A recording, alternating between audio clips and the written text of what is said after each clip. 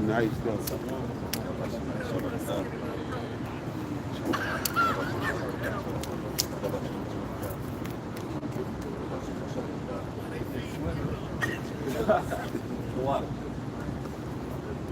All right, Shalom.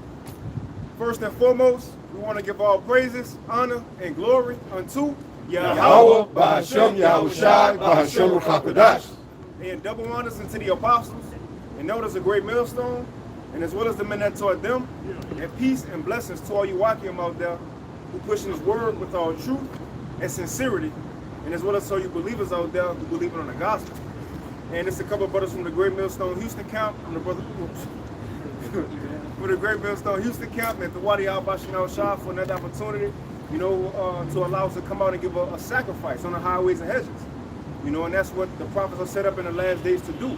And the reason we are here is first and foremost to push to our people that look, we're in the end and destruction is coming, so repent.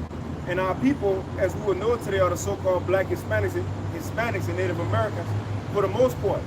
Granted, you know, we've been scattered for a long time, thousands of years, so you can't look like another nation. But if you believe on this gospel, that will determine if you're an Israelite or not.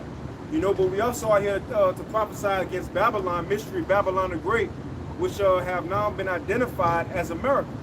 You know, and also expose the wicked, as the scriptures say, in the last days, man. You know, so we should go flow with the spirit and the street speaking and whatever brothers got. You know, there's a lot going on. You know, you got World War III on the brink. You have America moving more and more troops. I've seen some, they trying to put fighter jets out there now in the east. You know, you also got the MOTB system. America is on a fast decline. So a lot is happening right now. Can you get it? You got something? This is Amos chapter 3, starting at verse 6. It says, "Shall a trumpet be blown in the city, and the people not be afraid? Shall there be evil in the city, and Yahweh have not done it?" It says, "Surely Yahweh power will do nothing, but he revealeth his secret unto his servants, the prophets." And that's what the brother just said. You know, things are happening in the earth that Yahweh has revealed to his prophets, and we're out here on the highways and the byways proclaiming the things that he has revealed. You know, like he said, Babylon the Great is America. You know, the son of perdition is the Edomite. You know, we are the Hebrew Israelites.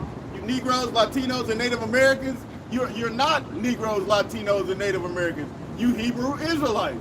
You know, you are the people that the Lord made a contract with, a blood contract, that you would keep his laws, statutes, and commandments. This is Ephesians chapter 5 and verse 14. "Wherefore he saith, Awake thou that sleepest, and arise from the dead, and Hamashiach shall give thee light." Right, and that light is this truth, man. Understanding what's going on. As the brother was just going into, the Lord revealed his secrets unto us. That's the light. Can you read it again now? Ephesians chapter 5 and verse 14. "Wherefore he saith, Awake thou that sleepest, and arise from the dead, and the Hamashiach shall give thee light." Right, we was all once sleeping for. You know, not knowing what was going on in the world. We probably would have voted. You know, some brothers probably would have cast their vote for Kamala. You know, got the sticker. You probably would have had the jab. I got my jab today. You know, we ain't know what was going on in the court of prophecy. You know, we probably would have been scared of what Elon and Trump doing, all worried. But now that the Lord opened up our eyes and we can see what's going on, we can see through the smoke screens. We can see past the BS, man. So now seeing the Lord gave us light and we know what's going on now. This is Ephesians chapter 5 and verse 15. "See then that ye walk circumspectly." So it says, see then. So see you have this truth, what to do with it. Walk circumspectly, man. You know, now that the Lord have blessed us with knowing what's going on, we shouldn't be in a world how we was before the truth, when we was in darkness. That's like it's saying, I believe it's in Peter, how we don't run and do the same things we did when we was once in the world, man. People should look at us different. People should feel different about us. People should kind of, I don't want to say be offended when we come around, but you know, and their spirit is like a standard being lifted around them. And they make them feel like pieces of shit. like in John 3, you know? But we supposed to move different now that we had this truth. Again, we ain't in the time to go around large crowds like the other times of power saying, I think before or after the Thursday Live yesterday. Right now ain't the time to be around large crowds, man. Large crowds are where the Lord is judging at. Tourist attractions. You see? Theme parks, so on and so forth. So now, see, we got this truth. The Lord said, walk circumspectly. Pay attention to our surroundings. Full surroundings, not just what's going on in Houston or California or North Carolina or Georgia. No, pay attention to what's going on in all states and what's going on in the world, man. And not just one part of prophecy as World War III. No, when you go on those websites, don't just go to celebrities. You know, go to the finance, go to technology, go look at all those different tabs or topics to look at. Because the Lord doing things on all spectrum right now. You got it? I mean, and also pay attention to the weather, earthquakes, and there's earthquakes going on constantly. There was just 3 earthquakes here in Texas earlier today. Well, but just adding to that, you know, there's not just the celebrities like the brother was saying, like all the news. Like what was that? A few weeks ago, the sinkhole opened up in Korea.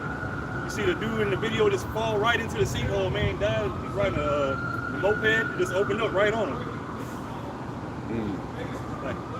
It's like it's Ephesians chapter 5 and verse 15. See then that you walk circumspectly, not as fools, but as wise. Right, not as the people in this world, they fools, but as wise. Redeeming the time because the days are evil. Right, that's what we should be involved in, doing this work, some way, one way or another. It says redeeming the time, buying back the time that we lost, right, when we was in the world.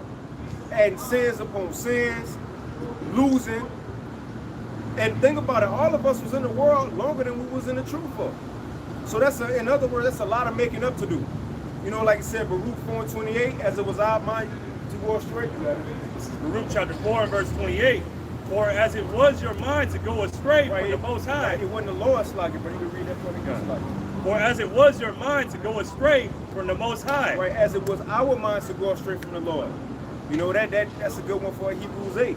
That part right there, how it says, he didn't find fault with the law or the covenant, he found fault with Israel, man. So seeing we went off. So being returned. Now that the Lord have given us this life back, the truth. In other words, showing us mercy when we didn't even deserve it as Israelites.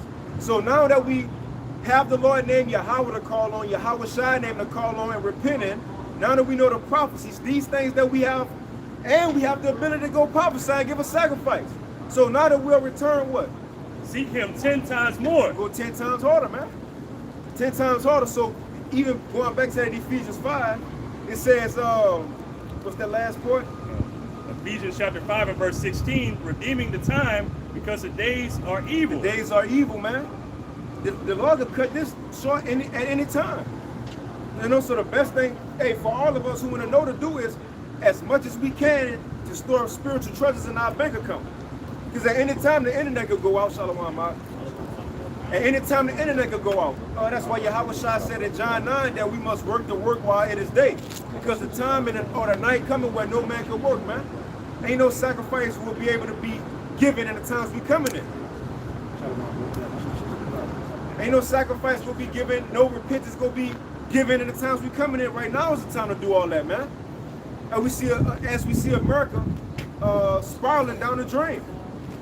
And think about it, when something starts spiraling down the drain, that's really at the time you can't get it back out. You know? Like you can't. Yeah, it's down there. It's in the abyss now. Think about it, you know, say if you drop your ring in the sink, it's doing a little hit, you're trying to grab it before it hit the sink, but if it hit that sink, it's over. America at the point to where it's over with. Nobody can get Jeremiah 51. That's right. You got it? Now you got it. It's over with. No, you can't grab it out, you can't pull it up, you can't save it no more. America is over with, man. This is Jeremiah chapter 51. Where should it take long for her? Oh, you can start at 6. Okay, come on. Jeremiah chapter 51 and verse 6. Flee out of the midst of Babylon and deliver every man his soul. Be not cut off in her iniquity, for this is the time of the Lord, Yahweh Ba'ashem Yahweh Shai's vengeance. He will render unto her a recompense. It says, can read it one more time. Jeremiah 51 and verse 6. And it's not talking about the ancient Babylon. It's talking about the modern Babylon, which is America. Remember, many kingdoms of old, especially in the scriptures, were spiritually likened unto other empires. Why? Because they maybe had the same gods as a past empire. You know, they may have the same beliefs or customs. You know, the same way they ruled their empire, it was likened unto past empires. And for example, just to show even the Heavenly Father that he spiritually can liken a past or current empire to others, he even said it in Revelation 11. Because he said that great city at the end was going to be spiritually Sodom and spiritually Egypt. Right. So this Babylon right here is not talking about modern Babylon with Nebuchadnezzar. And you know what's a good way to prove that? When you go into You said modern. what you say? You said it's not talking about ancient Babylon? The water. It's not talking about ancient Babylon. It's talking about modern day Babylon. The water. Right? You see? And you know how you can prove that when you go into the judgment of it. The judgment of ancient Babylon wasn't with fire. Wasn't with being completely destroyed. Wasn't with nations turning in and shooting arrows on them, man. No. Darius, he was sent by Cyrus, I believe, to just walk in and say, look, this ours now. We the captains of the ship now. So this is going into America. You got it, bro. Jeremiah chapter 51 and verse 6. Flee out of the midst of Babylon and deliver every man his soul. Deliver every man his soul. Showing we can't physically go nowhere. Remember, it's Jacob's trouble and the hour of temptation which shall come upon all the world. The only place you might be okay is like, those islands where civilization, where they still wearing the teepee shit like the Tasmanians and shit. But even they gonna be going through. The Lord is about to be plagues all over the world, but when it says deliver every man his soul, which means spiritually separate from this place, man. Depart from this place. Yeah, we still in it, but we don't got the same cares as we once had a couple years ago, right? We don't have the same cares or like the same foods or into the same things that we was before the truth. We cut that off. So now, or not even just the things that we was doing, because we still have to be involved in the world. We not, before the truth, you was tied to certain things. Say if you got a new car.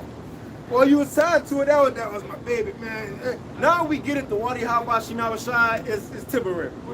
We get it. We in the world, money this, money that. Now it is what it is. So see, we let the things of this world go. It don't weigh us down no more. You got it, bro. Like Lot's wife, she couldn't let it go. That's why when it was time to escape, she couldn't. She looked back. You got it.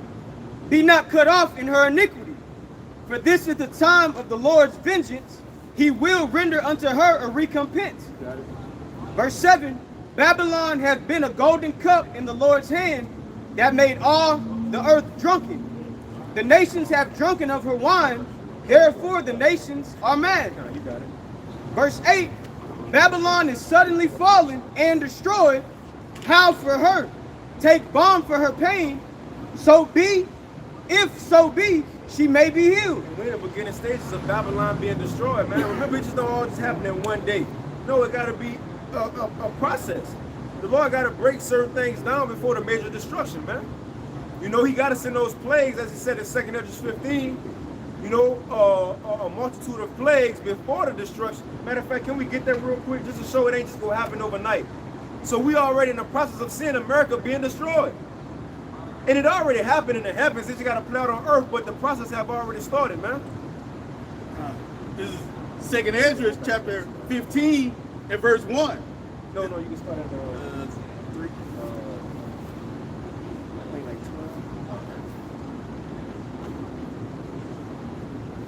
12. Verse 10. This is 2 Esdras chapter 15 and verse 10. It says, behold, my people is led as a flock to the slaughter. I will not suffer them now to dwell in the land of Egypt. And that's why it's important to know context, man.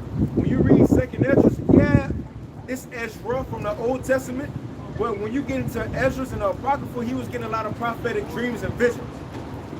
In 2nd Esdras 15, that was a prophetic dream of things that was going to come in the future. And Esdras said the same thing as in the time of Noah. He said that wickedness have exceedingly polluted itself, reached the heavens. And now it's enough that the Lord about to bring judgment. So it's talking about the end of the world. So when we jump down to verse 10, it brings up Egypt. Which again, this is spiritual Egypt, Revelation 11 and 8 Egypt. It's not talking about the ancient Egypt, because after we came out, we was never led as a flock to the slaughter again in droves back into the ancient Egypt. This is right here in America. So let's see what the Lord got to say about America. You got it? God, this is 2nd Ezra chapter 15 and verse 10. It says, behold, my people is led as a flock to the slaughter. Right. I will not suffer them now to dwell in the land of Egypt, America. but I will bring them with a mighty hand, Yahweh, God, and a stretched out arm, and smite Egypt and smite Egypt with the plagues as before. As before. Showing it's a different Egypt, right? Because he said, I'm going to send plagues on this Egypt as before. It's never written nowhere in history that the Lord brought 10 plagues or a multitude of plagues on Egypt again. People still out there touring, you know? You got people, what's the, when they hop out the plane, they got the parachute shit going over the pyramids. You can still do all that. The Lord didn't bring more plagues to Egypt. Further so, it's talking about that spiritual Egypt, but this is the point I wanted.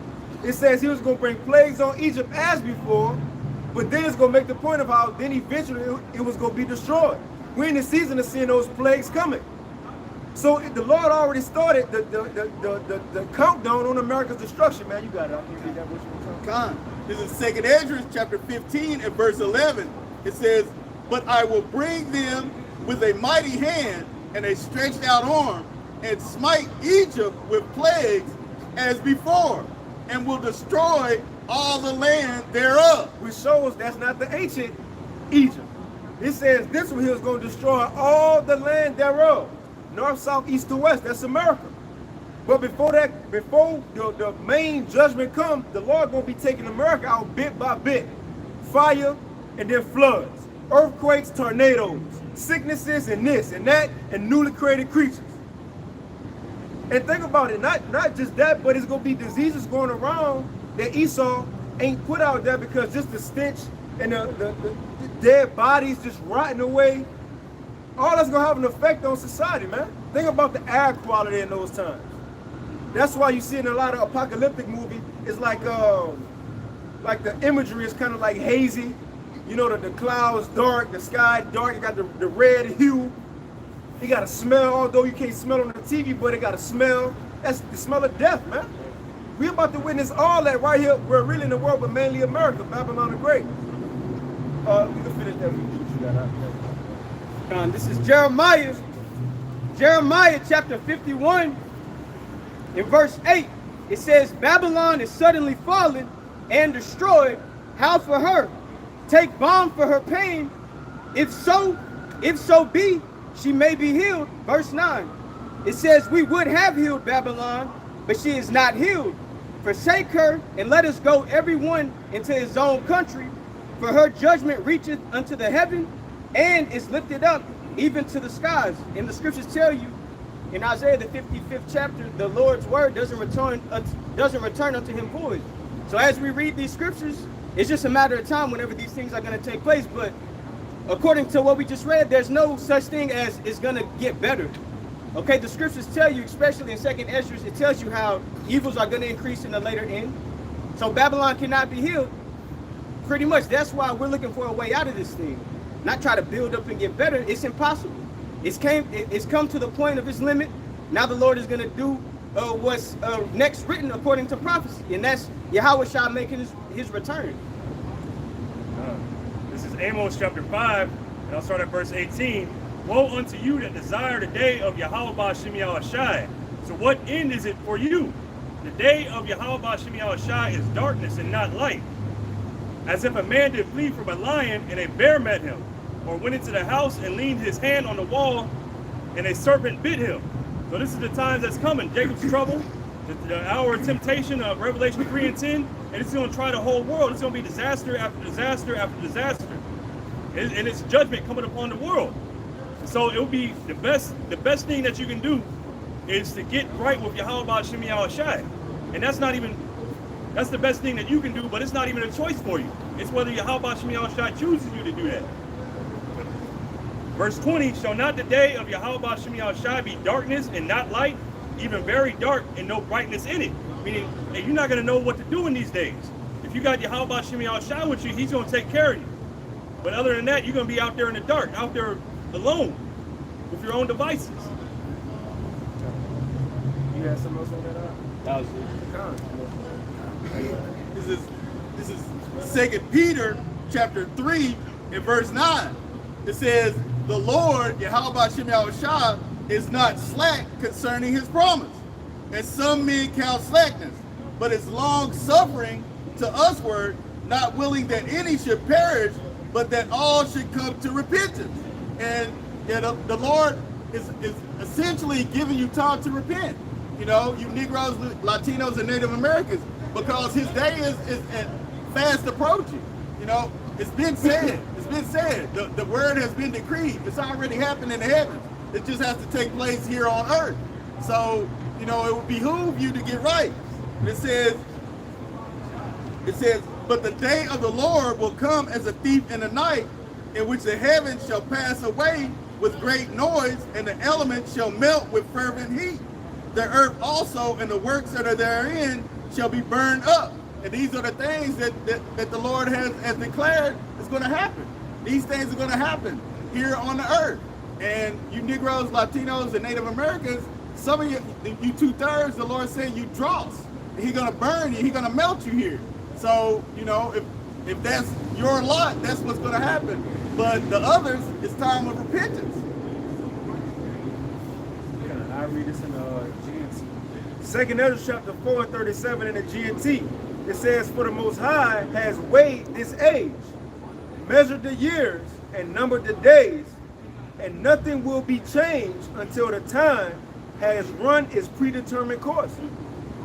So think about that, man. Everything that's said must happen. We can't skip over nothing. And we should be excited as believers watching the story play out, man.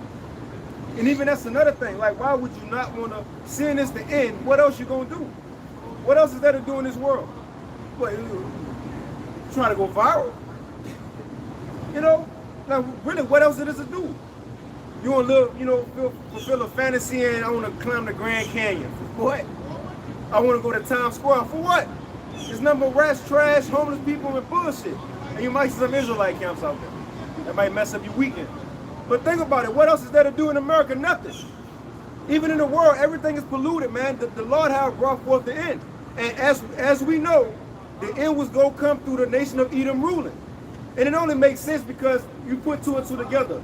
The wicked Esau, which is, you know, the Lord evil side, and it was said at the end of the world, it was going to be the worst it ever been. Well, lo and behold, because, can you get Revelation 6 and 4? Because Esau, you did exactly what you were set up to do. You played the role perfectly, man. You did it. Congratulations, you did it. But now it's time for the other side of you doing it. You know, they said, what Christopher Columbus them said, destiny. Manifest. Manifest destiny. You sure was right. There was manifest destiny. It was set up for it to happen. Now we about to see what that feel like. Our destiny, the promises, the covenant, salvation, us being saved from our enemies, new body, that's about to be manifest, man. Right. That's about to happen. And you can't change it. Oh, can the brother get real quick before we get that Ecclesiastes, I think it's like 8, when it says your destiny can't be changed. It's in the NLT. You can get before that get time with one man uniform or another to his own root. You got it. Ecclesiastes chapter 8 and verse 9. All this have I seen and applied my heart unto every work that is done under the sun. There is a time wherein one man ruleth over another to his own hurt. So that can you see what manifest destiny means? Just to see AI over, we might have some. We might have some. Let's see what that even means. Manifest destiny. Can you read that one more time, bro? Ecclesiastes chapter 8 and verse 9. All this have I seen and applied my heart unto every work that is done under the sun. There is a time wherein one man ruleth over another. He was writing down his experiences. So he said, I sat back and I realized it's a time when you can have one man to rule over another man, but watch what it's going to lead to. Can you read that from the top of my Ecclesiastes chapter 8 and verse 9, all this have I seen and applied my heart unto every work that is done under the sun. There is a time wherein one man ruleth over another to his own hurt. There was a time wherein one man ruleth over another to his own hurt. So that was the time. If the Lord sent Christopher Columbus over, well, really he didn't come to the Americas. He went to Central and South America, right? But the Lord sent Esau over here. Hey, you know what? I watched the Christopher Columbus documentary. It was like maybe an hour long. It was like a while back. But you know how the Lord said he held back the floods for Judah and the northern kingdom to come over here? When you watch that documentary, pretty much the Lord did the same thing. He kept Christopher Columbus and his crew intact, had seas calm when the seas wasn't supposed to be calm, like during hurricane season, just so he could come over here. Just so he can enslave the Lord on people. Why? It was his manifest destiny. But the latter end of that, he was going to rule over us to his own hurt. It's going to backfire. You got some on that, bro? Yeah, they got a little bit. I just typed in, what is a quick summary about manifest destiny in ChatGPT? And it says, manifest destiny was the 19th century belief that the United States was divinely destined to expand across the North American continent from the Atlantic to the Pacific Ocean. It was used to justify, then it has bullets.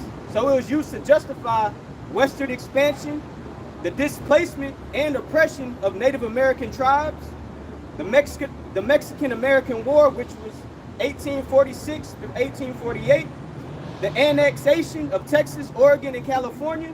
And lastly, it says, at its core, manifest destiny combined nationalism, racial superiority beliefs, and religious justification to support the U.S. Territorial growth, often at the expenses of indigenous people and other nations. You know what that said indirectly?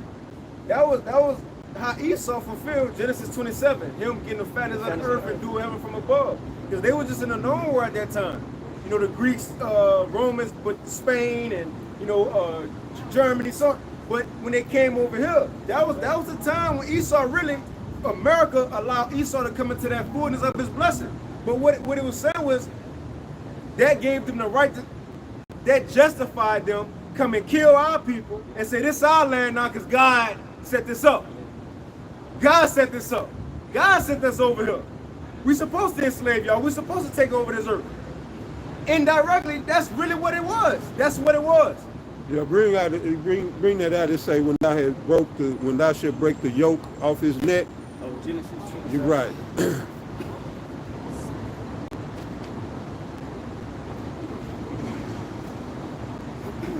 I got you. Here's Genesis chapter 27 and verse 40. Genesis 27 and 40. And by thy sword, you want to start at 39? Man, let's go into that right quick. Where you at right now? Genesis 27 and I'll start at 38 because it mentioned Esau by name. When Isaac was telling them That's what his cool. blessing was going to be. Con. This Genesis chapter 27 and verse 38. And Esau said unto his father, hast thou but one blessing, my father? Bless me, even me also, O my father. And Esau lifted up his voice and wept. Well, we speak in Great Millstone. This is Jacob and Esau, the two main characters today in the world, on the world stage, all right? And when you look at a lot of American wars, it was Esau against Israel. Even the Civil War, people think it's about the North and the South. But it was really them gaining control, really to strip away power, or what little remaining power that Jake had, the Moors had in America. You know? And they say, oh, it was the white Southerners and all of this. But a lot, and well, you have to go into the history. But when you go to the, you look at colonization, it was Jake that set up like Jamestown. That's after King James. All of the companies that were set up, Virginia Company, all of that was Jake. And Esau was brought over here to work. They was brought over here to be slaves. But this is what we're going into. The Most High, to fulfill prophecy, you know, help them, but with the left hand, you know, and they begin to come up. So history will tell you, like, we were just over here running around loincloths and shooting arrows, and we was primitive and all of that shit. You know, Esau just, he inherited from the Most High what was already in place. Jake had government in place. They tell you George Washington wasn't the first president. Well, who was? They don't go there because you get in the brown face. You know? But we're going back to the very beginning of where the animosity came from, and this is where it goes back to. No other book gives you this history. This is why you got to acknowledge the Bible. You know, just like the nigga Marquette was talking about the King James and stuff, and see, he's so busy trying to be a smart ass, I don't know what the point you was making about King James. What are you trying to say? You don't follow that version, or that's a bad version? What was the point? You bringing up King James. All I know is my salvation in King James. So I'm not even finna have a conversation about King James. I'm looking to the kingdom. We want to talk to Yahweh Shai? Right. We can talk to Yahweh Shai. I don't care about, yeah, that's the version I follow, the King James. You don't like it, fuck you. Right. You got to have no discussion about it. Fuck you. We in the time, man, we ain't convincing nobody. Right. I'm not convincing nobody. You young brothers, y'all got the energy and the youth. Y'all want to waste your time like that convincing motherfuckers because the Lord don't wait. You just said, who just said? Yeah, you just said one of you brothers, the Lord got to choose you. I think that was you said. The Lord got to choose you anyway. So if the Lord ain't working with you, and all the preachers, you could be bad Samuel. You could be, I don't care who you are. If the Lord don't want a man to wake up, you're not waking him up. All right? So we're out here to convince people. We're to cast this net, all right? Broadcast this word. But let's go into that history. I kind of. It's Genesis chapter 27 and verse 38. And Esau said unto his father, hast thou but one blessing, my father? Bless me, even me also, O my father. Now, in case you didn't know, Esau is the so-called, he's the progenitor of the Edomites, who are the so-called white people today. All right, these are the 18 nations all here on the earth today. And you got Esau. Go to Isaiah 25 and 7. He don't even mention none of these ancient biblical names. You know, he put a covering over all the nations. And that's a part of the deception that has everybody lost.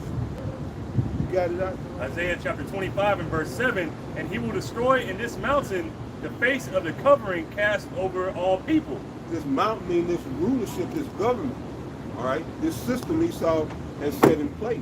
It's getting ready to be destroyed, all right?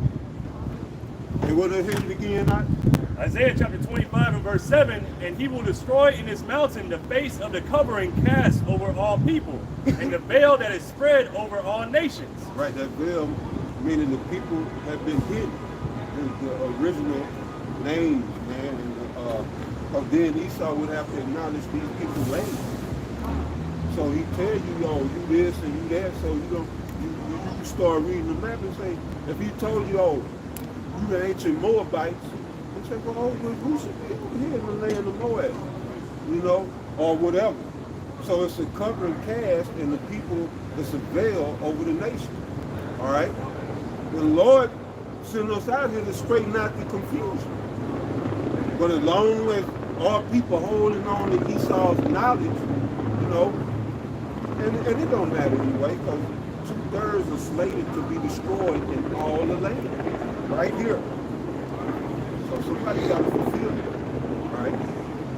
But let's go back into it. So Esau, the so-called white people, Jacob is our forefather, the forefather of the 12 tribes of Israel. Go ahead. It says, back in Genesis 27:38, and Esau said, "As thou but one blessing my father, bless me, even me also, my father." And Esau lifted up his voice and wept. And Isaac, his father, answered and said unto him, "Behold, thy dwelling shall be the fatness of the earth, and of the dew of heaven from above."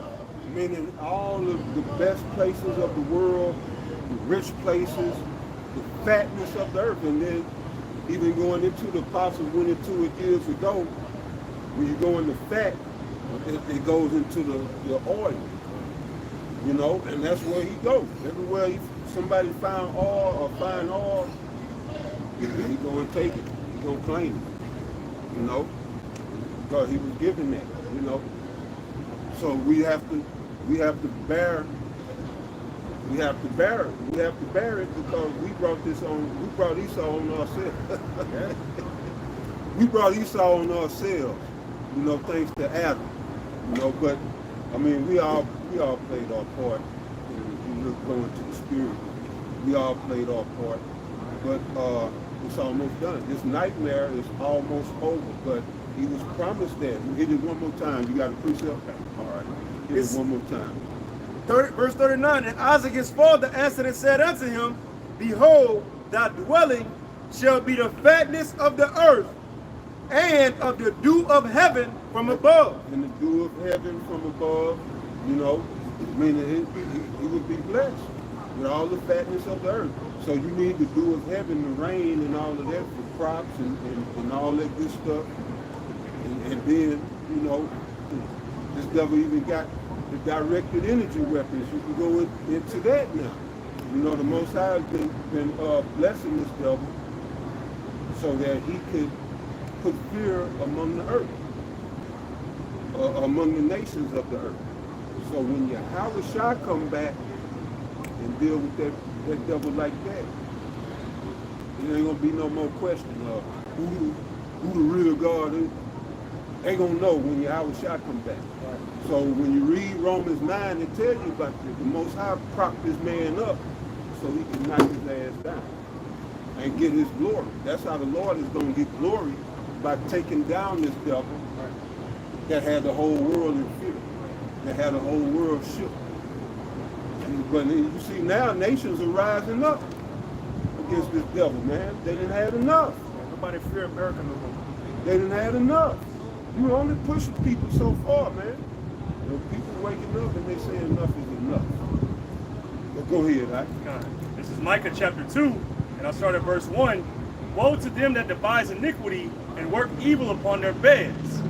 When the morning is light, they practice it because it is in the power of their hand. Verse 2, and they covet fields and take them away by violence, and houses and take them away. So they oppress a man, his house, even a man and his heritage. Right, so they covet fields, all right? Through their foreign policy to go, oh, they got poppy. You know, we can do with all that poppy. Yeah, oh, they got lithium, you know? Good lithium too. You know, we can do with all that lithium, you know?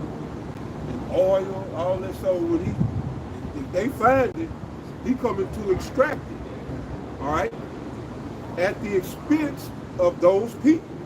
They don't benefit or profit from it. I mean, they've been, and I never really looked at it till Shaheed Bolson had brought it out. This man is a cancer. I knew that, but he was explaining how he never attributed shit to humanity. He go around colonizing and taking. And his soul, his major source of money had been in Africa. They mine the shit out of Africa, from diamonds to gold, now lithium, like brother saying, all these other rare earth minerals that they pulling out of Africa. But look at the African people. You know, a lot of them is squalor. Community, then a nigga get rich over here, well, I'm gonna go build a school. I'm gonna go help them Hamites. And see, that's another thing, Africa. No, them goddamn Hamites. Ham, goddamn. Not no Africans. That's their covering cast. but right, Esau, he just go and take shit, or he pushes drugs on people. That's his major export, really, is drugs. All the manufacturing, shit, we do the goddamn work. We do the work. There's got some losers among them who can't get it together, who can't figure out, I need to join the law, a lodge, so I can come up in society. I don't want to be next to these niggas. I mean, I'm thinking like an Edomite. If you're an Edomite, that's how you're supposed to think. Because I'm damn sure not going to be around your ass in my kingdom. Right.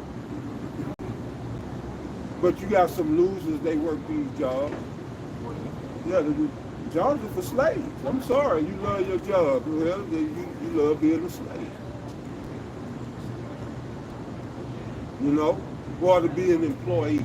You know, you can work for yourself. I ain't speaking against work. I'm talking about being an employee. But go back to that.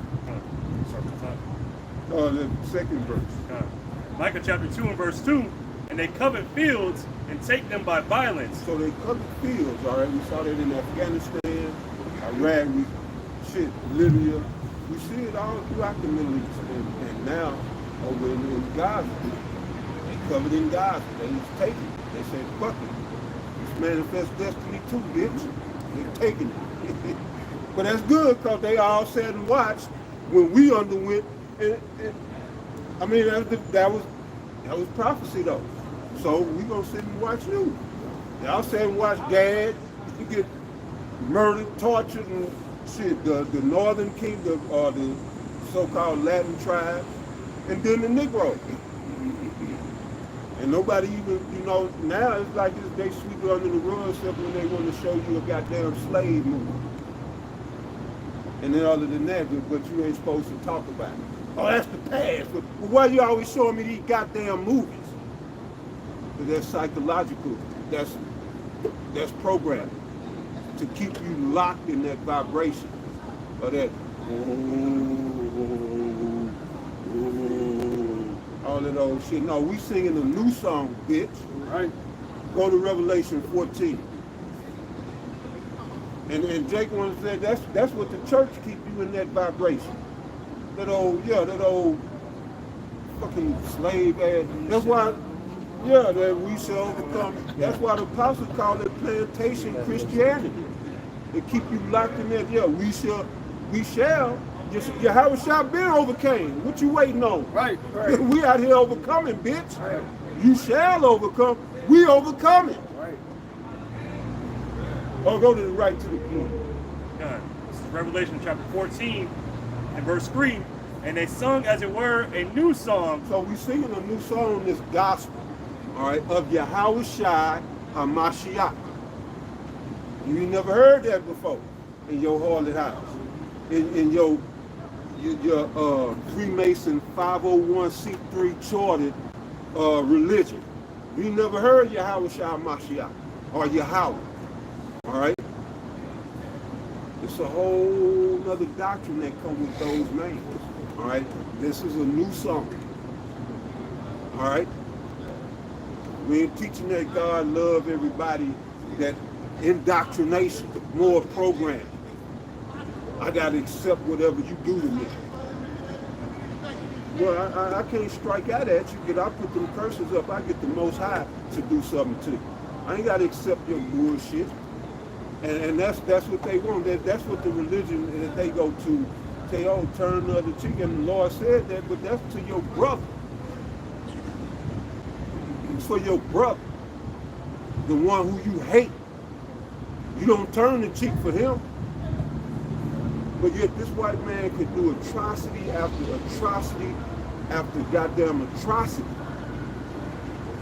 And you give him so every teeth in your mouth when he walk by. And have just the most pleasantest attitude. But then I walk by, you don't even look at me. You don't even acknowledge me. You know, that's our people.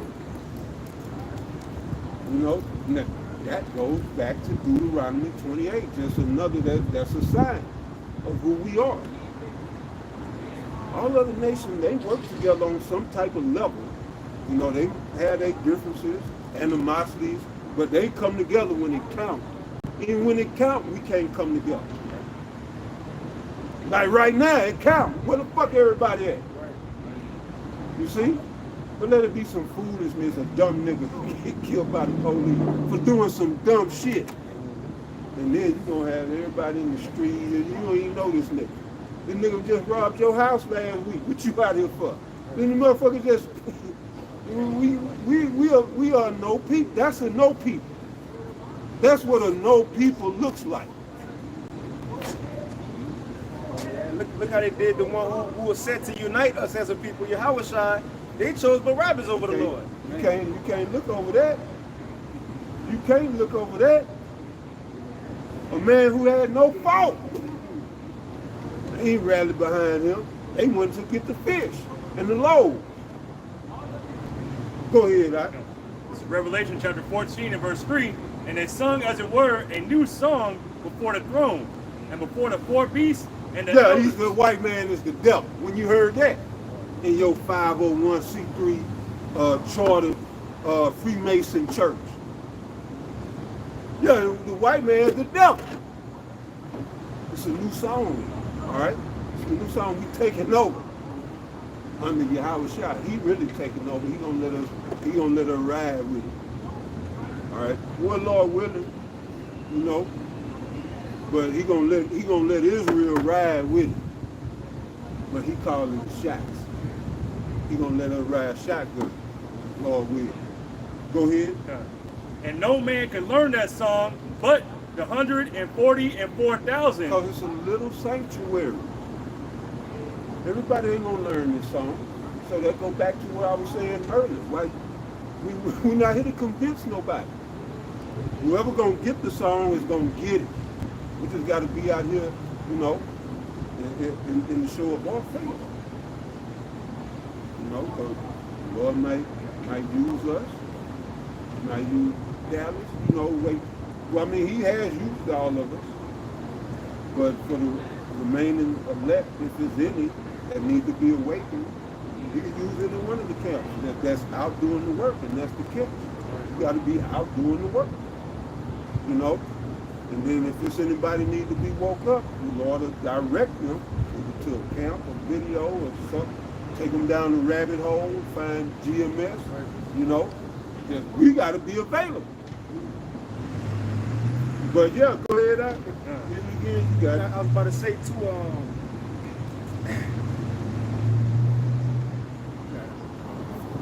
You lost your thought? Yeah. You come back, though. Read it again. You come back. Revelation chapter 14 and verse 3. And they sung, as it were, a new song before the throne and before the four beasts and the elders. And no man could learn that song but the 144,000 which were redeemed from the earth. No, the point was that the Wadi Habashim Shad, just to back up what the Tazapah said, bro, think about how important it is us just putting lessons on YouTube, right? And you know what's to show people waking up from this, from us doing this, you know what the proof? Look at what's going on in the world. Churches. Well, go ahead, make your point. I was about to say, but when you look at what's going on in the world, people will have to be waking up from this. If we that close to the MOTB is on mainstream media, the system being set up, World War III right there, everybody ready to lose their mind. They show you people waking up. One, Matthew 24 and 14, Hawashai said, when this gospel, the new song, be preaching all the world for witness unto all nations, then the end was going to come.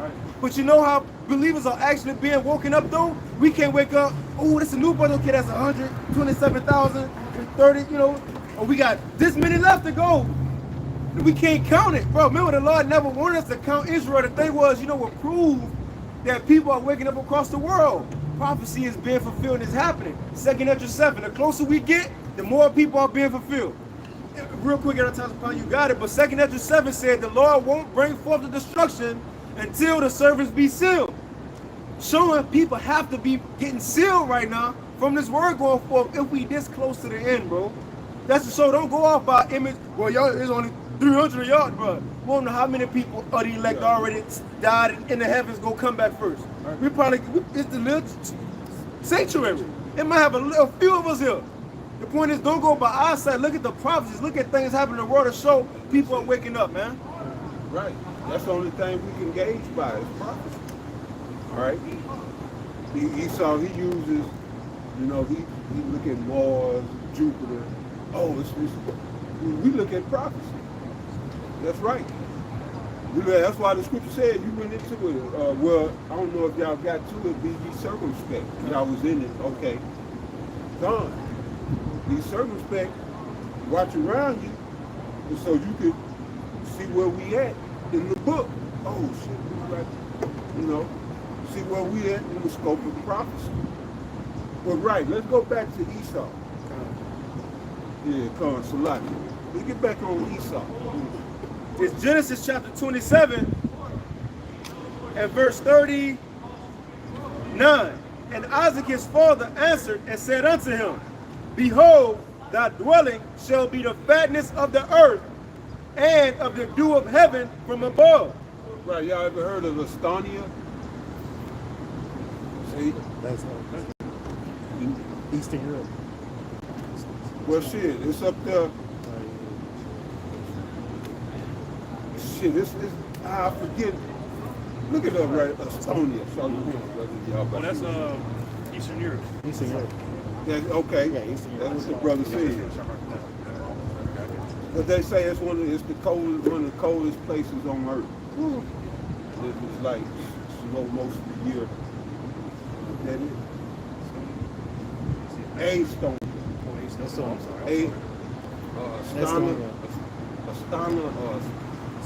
Estonia. It's right by But it, that's it right there. Okay. That's it.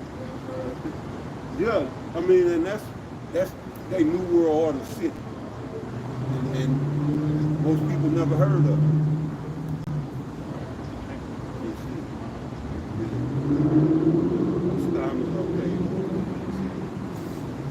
Just where it was, I didn't know. So, which is up north of Iran and shit. But right, Esau had these cities you never heard of, like even like when they go to Switzerland and all of this, you know. It's just south of Russia, north of Iran, so it's in North between. of Iran, yeah. And they say it's cold most of the year over there, but they didn't build. I mean, they spent money. I mean, we were like in the middle of nowhere down there. But you know, they in the rest of the fatness of the earth, like in the tropical areas down South America, Central America, they set up shop. They all over the world, you know, fulfilling prophecy. But go ahead. Yeah. It's Second Esdras 27 and 39, well, and 40. It says, I'm going to read 20 and 39 again. And behold, thy dwelling shall be the fatness of the earth, and the dew of heaven from above. And by thy sword shalt thou live. So what does that mean? All right, by warfare, killing, death. All right, Esau is the merchant of death. They make movies like what was that with Nicolas Cage, The God of War, showing you how they deal in death and weaponry. All right, it was President Eisenhower sometime in the 50s that warned about the military-industrial complex. Think about that for a minute. A military industry. That's a complex. That's him living by the sword. Now that very same complex operates globally throughout the whole world. All right, with the U.S. military at the head. All right, this military-industrial complex, what they produce, if you sit and think about it, is war. If you got a military-industrial complex, and it's one of the most lucrative industries on the earth today, I mean, you got to have constant war somewhere in the world for it to be as lucrative as it is. You think about, I can never remember them people. You know, these major weapons contractors. You know, you got DARPA, that's the military, but then you got like these private contractors. Even I think Boeing even get into weapon making, but it's a Martin something, Lockheed Martin, right? They produce weaponry for military. You got Lockheed Martin. It's another one too. I think even Stewart and Stevenson get into some of that. Yeah, GE as well. GE, they all, because that's where the money is. Because his blessing was the sword. So if that's your blessing, what you gonna do? Make war everywhere. All right. To capitalize off of your blessing. You're gonna make war everywhere. Go to Revelation. I got you, 6 and 4. Right. This is Revelation chapter 6 and verse 4. And there went out another horse that was red. Right, the Edomites. Look at that name. Out of warm, Edom. All right. Red. Red, because he's so corny. He got it, and he got Jake like that. You gotta have it now. Can't wait. Give it to me. Like a goddamn fiend. They gotta have it. Now they talking about what they call it? Delayed gratitude. That's all it was in my day. They keep talking like that's a thing. No, you had to work and wait in my day. But now that's the thing. Delayed gratitude. You gotta put your work in first and wait. Yeah, that's how shit work. He laughing, he know too. So he go back, he go further than me. So, that we work for shit. You know, when the microwave society back in the 70s, and before that. That shit started to be introduced in the 80s. All right, and why I want to go into this because we've been really living in a case study. We've been introduced to a whole lot of shit that humanity had never been introduced to, introduced to. A lot of shit, even the internet, and we don't know how this shit is affecting us. We live in a case study, and this goddamn devil is the reason behind it. I mean, think about all the shit that we goddamn Scotch guard. You Scotch guard your couch and little baby sleep on it. That's forever chemical. And we don't even know all of the long-term effects of this shit. The jab. Right, Teflon, all the non-stick coating on pots and pans. We don't know what this shit is going to do to us or our offspring. But now we're seeing some of the results. All these bugs outside here, that's what we're seeing. It's a result of all of it. But going back to what? Us going off. Most High unleashed the devil on us. This man's a goddamn devil. I mean, even down to the genetic level, man. I was looking at that shit on Roundup. They fucking us up. The Roundup is in the ecosystem in America. It ain't no getting around it. So I'm gonna grow me an organic garden. Okay, but Roundup don't rain on it. It's in the ecosystem. But it's so diabolical. I just found out what it does. It blocks this pathway. And wherever you spray it on, whatever plant, it blocks the pathway for that plant to get the nutrients. That's why everybody's sick. And not only the nutrients, but the probiotics, the bacteria that's supposed to be in the soil, that's not in American soil, but it's supposed to be bacteria in your soil because you got little doodle bugs or the roly-polies and the shit in the soil. That's what makes soil. It's supposed to be alive. That's how you grow the plants. So it's a pathway to get them probiotics, them good bacteria in the plant, so when you eat it, you get it. And that's what the Roundup does. It shuts off that pathway, so we just eat empty food. And they say almost 99% when they spray that Roundup go in the plant and like 1 or 2% on the wheat. They say Roundup is not a pesticide, it's an antibiotic. It's an antibiotic. The water. It's an antibiotic, and that's what it does to the plant. So when you eat it, they talk about, oh, it's an epidemic of superbugs. No, it's an epidemic of people having compromised immune system, not having the proper bacteria in their gut to deal with the shit that's floating around here. Like you were saying earlier, wait till people start dying and all this shit that's in them start getting in the aerosolized. Yeah, it's going to be a cocktail of epic proportions of death, you know? But it's this goddamn devil. Right. And a lot of it he knew, a lot of it he don't know. Yeah, he just doing shit with reckless abandon. He don't give a fuck. You see? But yeah, it's an antibiotic.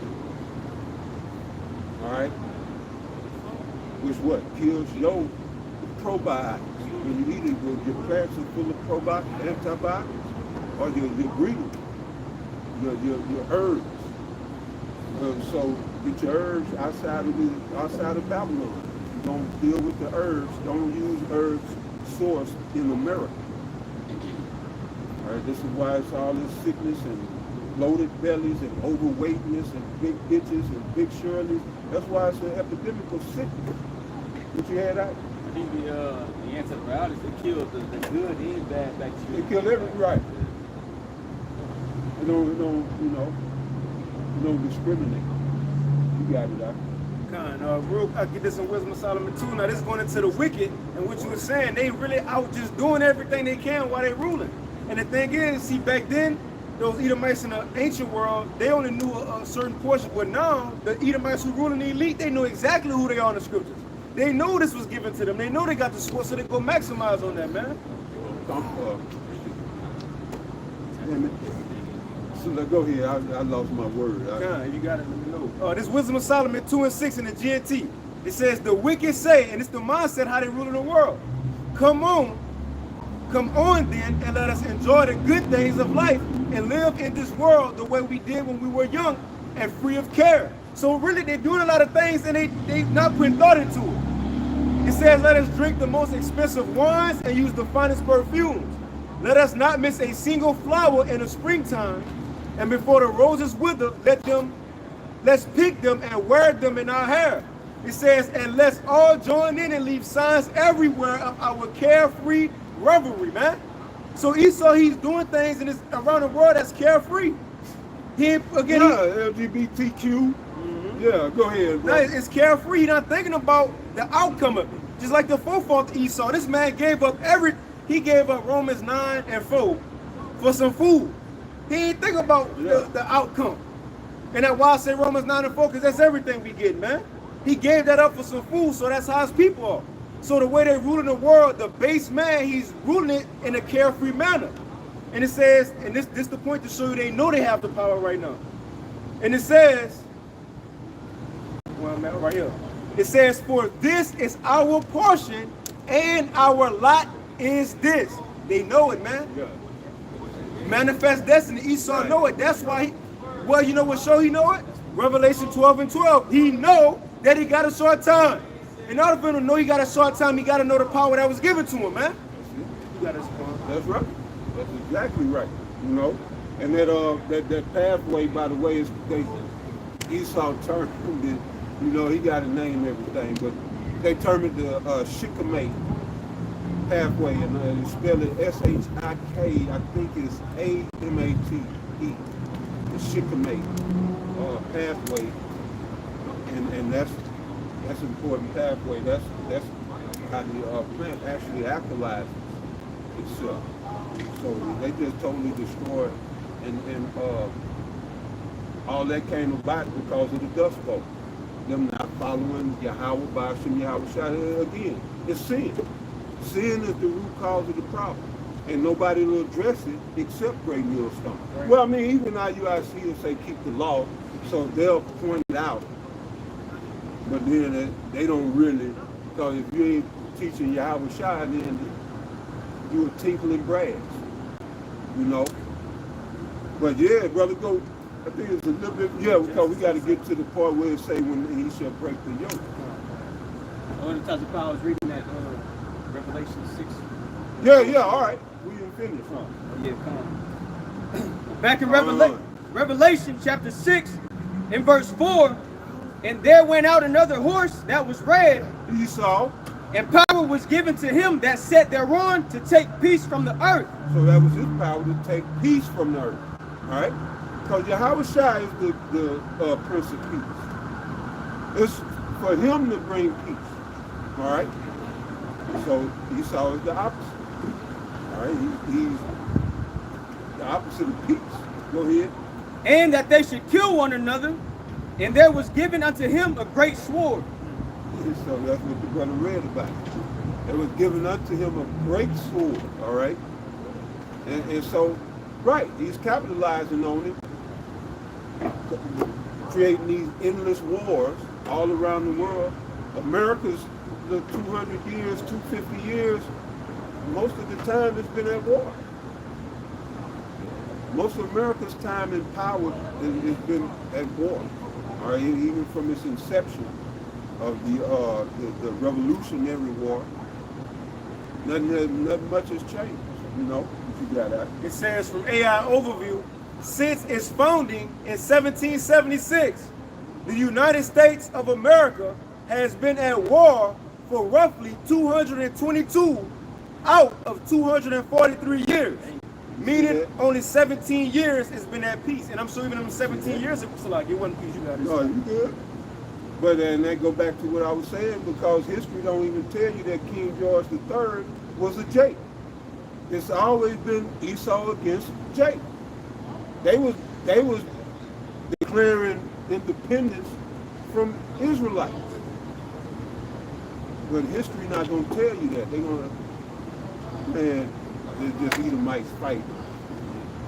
No, they were rebelling against Negro rule over them, you know? And them same Negroes set up the 13 colonies. Esau wasn't calling no shots. Spain got in down in South America, and they were the first one really, you know, of the Edomites that came in on the west. For Esau was them Spain, you know? So when you talk England and all that, that was Jacob. But soon to be taken over. Matter of fact, it wasn't much longer after the revolution that, you know, King George, because he went into debt behind it. Confession soldiers, he had to buy soldiers. And that's how they profit. Matter of fact, I'm glad I brought that up. They profit off the war by loaning to countries. And so they created a lucrative industry at the blood on the blood of the people of the world. So yeah, it's a book that goes into that, the confessions of economic impact. Yeah. He goes into all of that. Yeah, I saw a video. I guess it's the same. It might be. I watched the documentary or whatever. Yeah, that was it. Found out. Right, go back to that. Back in Genesis chapter 27 and verse 40, and by thy sword shalt thou live, and shall serve thy brother. And it shall come to pass. So it said he was going to serve his brother, who are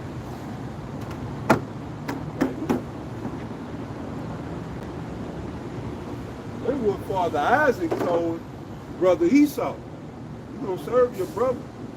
You know, I'm going to give you the fatness of, you know, you're going to have the fatness of the land.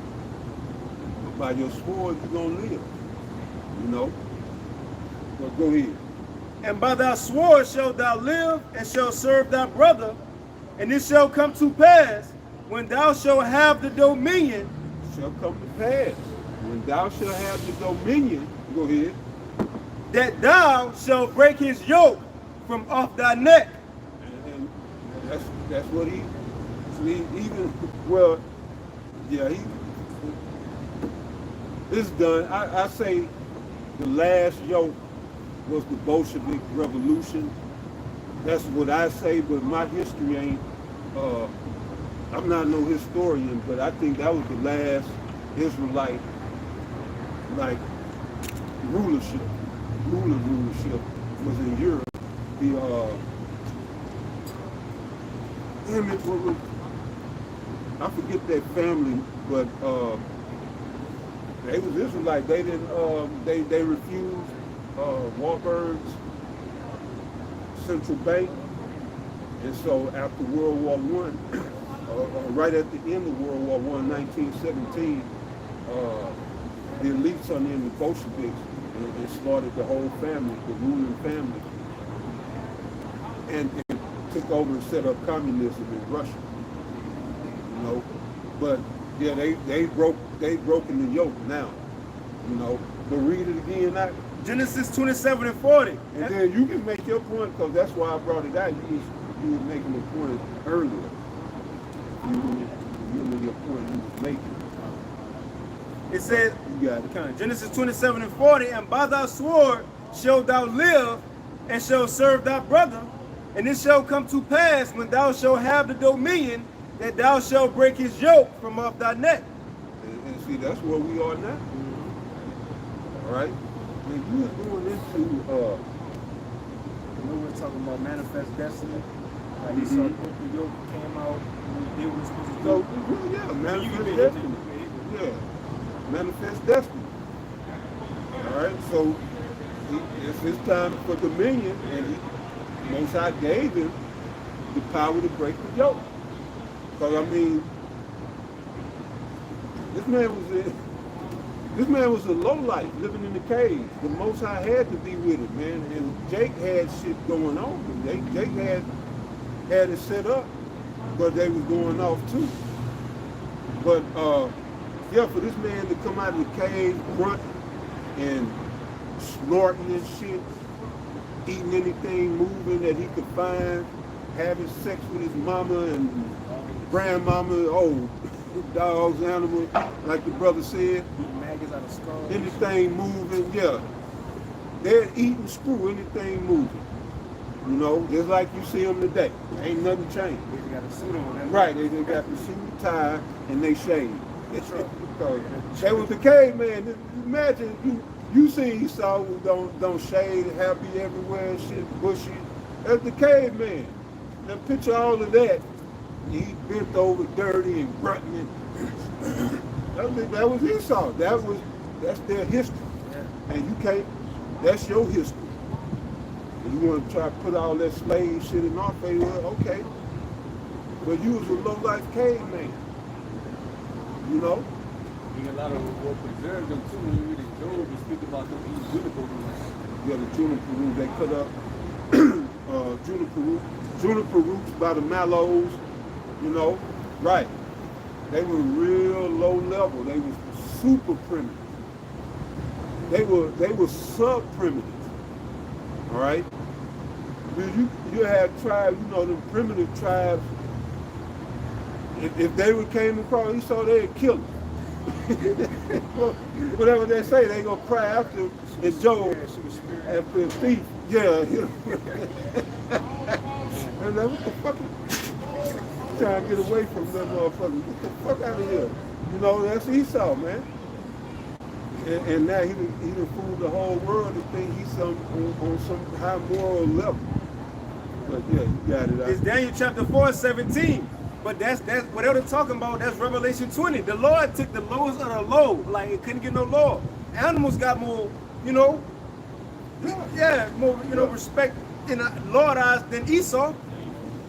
But the thing is, the Lord took this man and he put him up. And it's so cold, he fulfilled Revelation 20 by once you get out of that yoke, that bondage, you was going to deceive the whole world, man. Think about what Esau, I'm going to read this real quick. Daniel 4:17.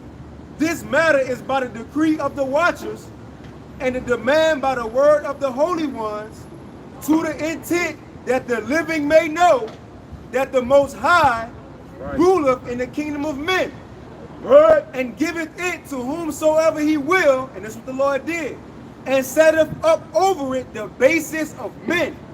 Think about a house. The lowest part of a house, especially like in the north, is what? a basement. Yeah, the basement. It's all at the bottom, the basement. And you know it's even cold. Even look at that statue in Daniel. The head of gold, but as you got towards the bottom, that metal started diminishing. It's turned into gold, then silver, then bronze, and then iron, and then clay and iron. That's the, you know, spiritually likening this, but those last little rulerships was Esau rulership. Things was going to start to deteriorate once this man came into power. And it also saying Psalms that the wicked walk on every side when the vilest people are exalted, man. So that's what we're witnessing right now. The Lord took the lowest of the low and put this man up now from his curse that he was given as a curse by the Lord, having his pigment strip. Now people in the world think we have to look like this. When you got women want to wear blonde hair, contacts, and bleaching their skin and look like a curse. Right, yeah. He deceived the world. Think about that, man. But it was all set up, and it was manifest destiny. But now it's at the end of that destiny, man. You can't change it. You can't change it. You got it. Yeah. So right, again, he has the dominion, and our yoke has been broken. But Yahweh Shai coming to put you in the yoke. All right, and we know about that from Psalm 149, 148. 149. Let's go to that right quick. You got something? I was about to say that scripture when it says, I ain't gonna get it because brother about to get with the other call for, but when the Lord told Esau, you thought you was gonna go unpunished? Yeah. Seeing this whole time of him having this manifest destiny, this godlike mindset, he thought it was gonna be no punishment. But the Lord let this man get all left for this little end for his slaves and people who work 9 to 5 to tell him you going down. You about to get judged. Man, come on, brother. Go ahead, right? You want to bring it out? You can bring that verse. Go ahead.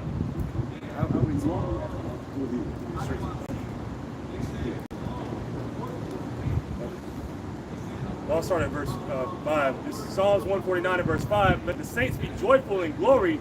Let them sing aloud upon their beds. Let the high praises of Yahweh Ba'Shem Yahushai be in their mouth. Right, and that's beginning already, but it's going to continue. All right? Most High going to get his praise from here on out. All right? Go ahead. And a two-edged sword in their hand. So we're going to have the high praises of Yahweh Ba'Shem Yahushai in our mouth and the two-edged sword in our hand. Go ahead. To execute vengeance upon the heathen. Right, to execute vengeance on the heathen. All right, go ahead. And punishments upon the people. And punishments upon the people. So know ye not, 1 Corinthians 6 and 2, that the saints shall judge the world. Go ahead. To bind their kings with chains. To bind their kings with chains. Go ahead. And their nobles with fetters of iron. Right. Yahweh Ba'Shem Yahushai going to put this devil in the yoke. There ain't nothing he going to do about it. One more time right there, that piece. To bind their kings with chains. Bind their kings with chains. Go ahead. And their nobles with fetters of iron. Right. They're going to be under the yoke of Yahweh Ba'Shem Yahushai. Go ahead. To execute upon them the judgment written, this honor have all his saints. Praise ye Yahweh Ba'Shem Yahushai. See who wrote the judgment? The Most High. So we're going to execute. He's going to give us the privilege to execute the judgment written. It's already prescribed. Most High to prescribe this man's future. All right? And it's going to be a lot of labor and beatings in this future. You know, a lot of scars and reps and cut open skin, bruises. You know, you saw I got that skin, you can slap when they turn red. Yeah, we're going to just have fun. Yeah, we're going to have fun. Old Edom might just be bleeding for no reason. They just be having scabs on them. Yeah, real easy. Yep. But you got it, brother. You got it. It's Jeremiah chapter 49 and verse 10. But I have made Esau bare. See, not everybody see you, man. There's no Yeah, they see it. The whole world see you so much so, man, I forget which brother it was. He posted a video of somebody a small hat saying, we ain't the small hats. And they were saying like that's why it's supposedly illegal in the land of Israel to get a DNA test. Because they said if we do, it's gonna be found nobody over here really Israelites. But everybody see you, man. Everybody know you the warmonger of the earth. It says, but I have made, Jeremiah 49:10, but I have made Esau bare. I have uncovered his secret places, and he shall not be able to hide himself. And that's why judgment coming, because he don't have nowhere to run. There's no more aliases he can use. Yeah, I said I was the Egyptian. Damn, I was the Greeks. Nah, I guess I gotta be the, he pinpointed. Nowhere to run. No other land to go take over and hide and start up another civilization is done. Yeah. It says, his seed is spoiled and his brethren and his neighbors, and he is not. Verse 12. For thus saith Yahweh, Ba'ashim Yahushai, behold, they whose judgment was not to drink of the cup have assuredly drunken. Talking about us as Israelites, the Lord, he didn't set us up to just be slaves. For Israel to be a homeborn slave and to be in captivity. But the way the story was written, we went off, and because we went off, that's why we was judged. He didn't set us up for that, but since we went off, guess what? We was judged. So seeing he judged the nation he loved, what you think he gonna do to people he don't care about, man? It says, art thou he that shall altogether go unpunished? Thou shalt not go unpunished, but thou shalt surely drink of it. And that's a part of manifest destiny too. You can't get around this end of the destiny. And I want to get one more, brothers got it. Ecclesiastes 6:10 in the NLT. Everything has already been decided. It was known long ago what each person would be. So there's no use of arguing with the Most High about your destiny. So now that we to the latter end of your manifest destiny, don't be crying now. Don't talk about God love everybody. Come on, brother, we are the same ones. It's the elites against us. Oh, even in the kingdom. In the kingdom, the Lazarus and the rich man, don't be coming out talking about, man, help us out. No, you ain't help us out. You manifest destiny, right? That's what we're going to tell you. No, it's manifest destiny. Remember brother Esau? That's what it's going to be, man. So you can't argue about the latter end of your destiny either. Right? Daniel 7 speaks about that the judgment set and the books are open. So it's nothing that Esau can do to escape this judgment. All right, because prophecy is going to come to pass, and it's written that he's going to have a downfall. It's like it's written in Daniel the 2nd chapter, right? 2nd Ezra 6 and 9. That he was the end of the world, and Jacob was the beginning of what they followed. All right, all of these things will happen and come to pass. You know, reading Revelation, no, Isaiah 47.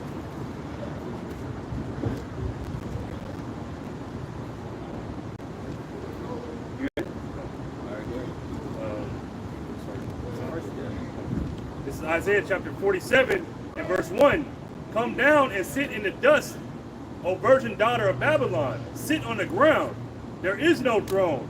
O daughter. It said, come down and sit in the dust, O virgin daughter of Babylon. All right. Now, the dust represents a state of confusion. So Esau is going to be brought real low.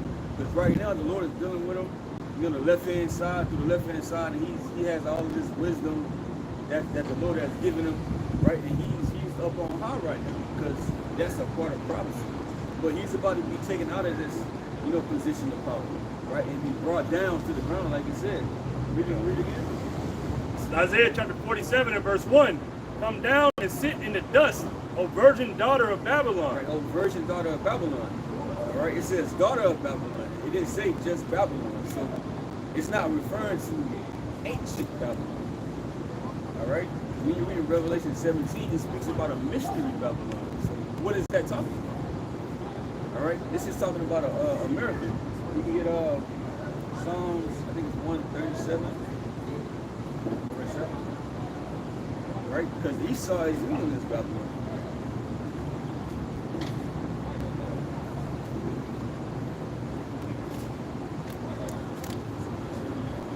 Yeah, I believe that's it. This is Psalms chapter 137 and verse 7. It says, remember, O Lord, Yahweh Ba'ashim Yahushai, the children of Edom in the day of Jerusalem, who said, race it, even to the foundation thereof. Right, and what time is he talking about? He's talking about during the destruction of the first temple. right? With Nebuchadnezzar, the Babylonians, and Esau, Edom, right? They were the main ones that had a hand in it. All right, when certain Israelites would escape, they would basically chase the Israelites down. What is it? First Ezra? I got you. You got it. Go ahead. Yeah, this is First Ezra, chapter 4, in verse 45. It says, "Thou also hast vowed to build up the temple, which the Edomites burned when Judea was made desolate by the Chaldees." Right, so it says the temple which the Edomites burned. It didn't say that the Babylonians did it, or it didn't give credit to Nebuchadnezzar. He said the Edomites did it. So how hard was they going during this time, right, for it to mention their name like that? All right, so they the ones that did it. You ask me? No.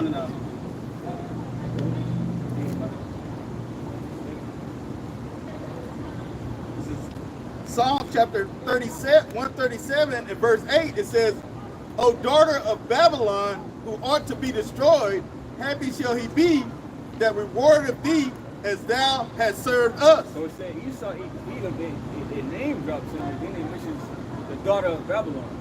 Isaiah 47 just mentioned the virgin daughter of Babylon. So now we know who it's referring to, who it's talking about. All right? It's not going to say, oh, the white man, that's in control of America. It's not going to say that. All right? If the scripture was written like that, we wouldn't even be able to read this. Okay?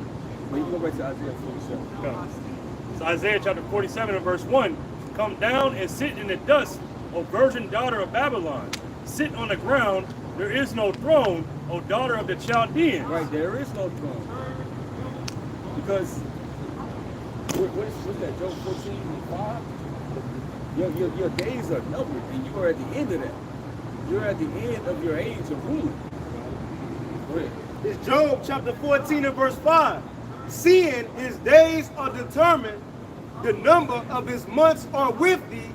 Thou hast appointed his bounds that he cannot pass." Right, God has appointed his bounds to which he cannot pass. So the Lord has set up a particular time and how long he's going to let you so you don't rule. Right? And he is at the end of that. Right? So it's not about to be any more rulership, left for you.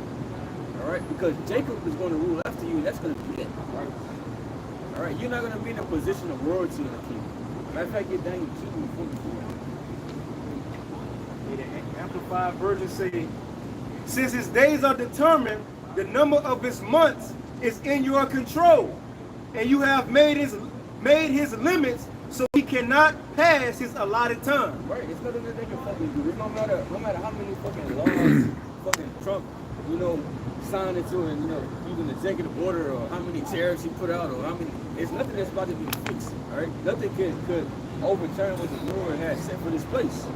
Well, you got space for us, though. Yeah, it's like, bro, come on, but the Lord has puffed him up to where he can think that he can actually stand a chance against Yahweh. Like, bro, this is an ancient being that created everything, created you. How do you think that you can put up a fight with the Lord? All right, but it's all good though. You see, the Lord gonna put him in his place. This is Daniel chapter 2 and verse 44. It says, "And in the days of these kings shall the Most High of heaven set up a kingdom which shall never be destroyed." Right, the kingdom of heaven, which that's beginning right now. Right, through this knowledge. So what Yahweh says the kingdom of heaven is within you. So it's beginning right now in his kingdom. Our kingdom is being set up now. All right. When you speak about, Ezekiel 37, Revelation 11, us standing up on our feet, all right, teaching this word, all right, this is the kingdom of heaven being set up, and this will never go away. All right, this truth came back out, right, and it's gonna endure forever. It's nothing that Esau can do to basically to remove the truth out of the earth. All right, this is here to stay. Right, it's the scriptures speak about elect men that's going to make it. Right, men, women, and children that's going to make it. Like Esau, Edom can't stop that. And then the kingdom of heaven is going to continue forever after. Yeah. And the kingdom shall not be left to other people. So it's not going to be left to other people. So Esau, Edom is not going to be in a power seat in the kingdom of heaven. It's not going to be any throne for him. All right. Nobody's gonna look at him as pertaining unto royalty. All right, you're gonna go back to your natural position, right? The base of man, what it says. You're gonna be treated like a base again. That's right. All right, because you've been feeling yourself way too long. That's what you said that you seen servants upon horses. All right, that's you. And the Lord only did that to punish us. All right, but that time is over. All right. But it shall break in pieces and consume all these kingdoms, and it shall stand forever. So the Lord is coming to take this place down. All right? No matter what people think about this place, so America's so strong, the military, and this and that, we got this, right? We got all this technology, right? This place is finished. There is nothing, because look, the destruction of Babylon the Great is already written. So you got to think that anything that this man comes up with, it's not going to be enough. It's not going to be enough to trump what the scriptures say. All right? It says it shall break in pieces everything. In Revelation 18, it speaks about this place going down in violence. The Lord is going to destroy America. Revelation 19, sorry, read down. This is Revelation chapter 19 and verse 10. It says, and I fell at his feet to worship him, and he said unto me, see thou do it not. I am thy fellow servant and of thy brethren that have the testimony of Yahushua. Worship the Most High, for the testimony of Yahushua is the spirit of prophecy. So that's why you see the true men of the Lord going into these prophecies. This is the most important thing that you can talk about. All right? Nothing else is important. All right? But the thing that is shortly about to come to pass. All right? And one of the major things is Babylon the Great being destroyed. This is what we are waiting. This is the patience and the faith of the saints. Verse 11, and I saw heaven open, and behold, a white horse, and he that sat upon him was called Faithful and True. Right, And going into Yahushua, right, returning on them chariots. Because those chariots are coming to do damage. Right? Because right now, they have just record, see them appear and disappear, right? All this little shit, right? But there's going to come a point in time to where it's going to be no more of that. Right? The Lord is going to be given the green light, right, to destroy this place. And that's what he's waiting on, because he don't know the time, like the say. All right? So he's waiting on the green light to do this thing. And the day of vengeance is running in his heart, in his mind. So he's constantly thinking about this. You got people in the church worshiping the kingdom of Jesus Christ, this and that, right? Not knowing that the actual Messiah wants to fucking kill you. right. Right? That's why I said, what is the day of the Lord to you? That's why in that day, bro, it's going to be Right. when everything is revealed, bro. That's why I said a lot of people are going to be dropping dead, heart attacks, and all of this shit, right? But they going to come to understand that the Lord is a so-called black man, all right, from the tribe of Judah, all right, and he's coming to take down this empire and put a lot of people to death and shed a lot of blood.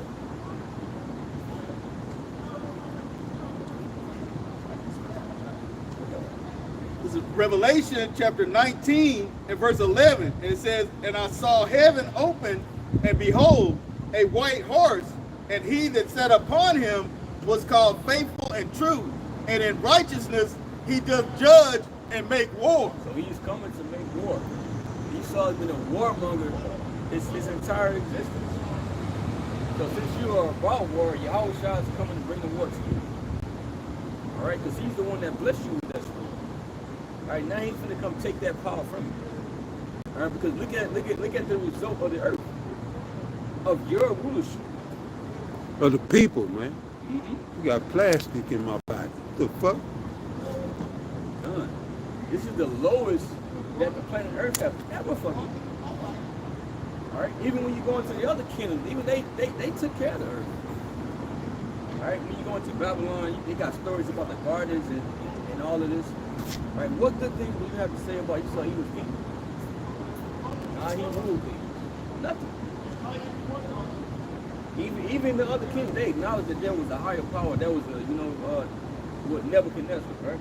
That that the Most High exists. Right? But Esau, he lets everybody bring their different gods over here. All right? He blasphemes the Most High's name and it speaks like he said, Revelation 13 chapter. Right? And if there is a God, it looks like him. Right? Revelation chapter 19 and verse 12, it says, his eyes were as a flame of fire, and on his head were many crowns. Right, many crowns. And that represents these different kingdoms being taken down. It's like Daniel 2:44 said that the kingdom shall not be left to other people. And everybody else that's in a position of authority, all that's going to be taken. Right? China, Russia, Iran, all these different countries, right? The Lord put everybody down, no matter how many fucking nuclear missiles they got, right? No matter what, none of that, bro. None of that is going to matter in that. Okay? Everybody's going to their rightful places being subject under his rule. It's like I said in 2 Ezra 6, he said, what? That the world was created for our sakes. Okay? And the people was made to serve us. That's the sole purpose of the heathen. All right? So everything is out of order right now. And the Lord's coming to set things straight. And even that, how like now in Esau kingdom, yeah, he ruled the world, but how like some places in Africa, like you just got people just out there, like doing their own thing, so to speak. Like they ain't got no rule over them. It's kind of just them and their tribes. You got people on the islands, like the pygmy people, whatever, in Australia, just them doing their thing. We ain't gonna have no just scattered people somewhere on the earth just kind of doing their own thing. No, we gonna have tabs on everybody in the world. We gonna tell everybody, every nation what to do, how to live, so on and so forth. You ain't gonna have this random group who haven't seen civilization ever, and we gonna find them and they gotta meet you. I know everybody gonna get down from the day we come up in chariots, man. All nations.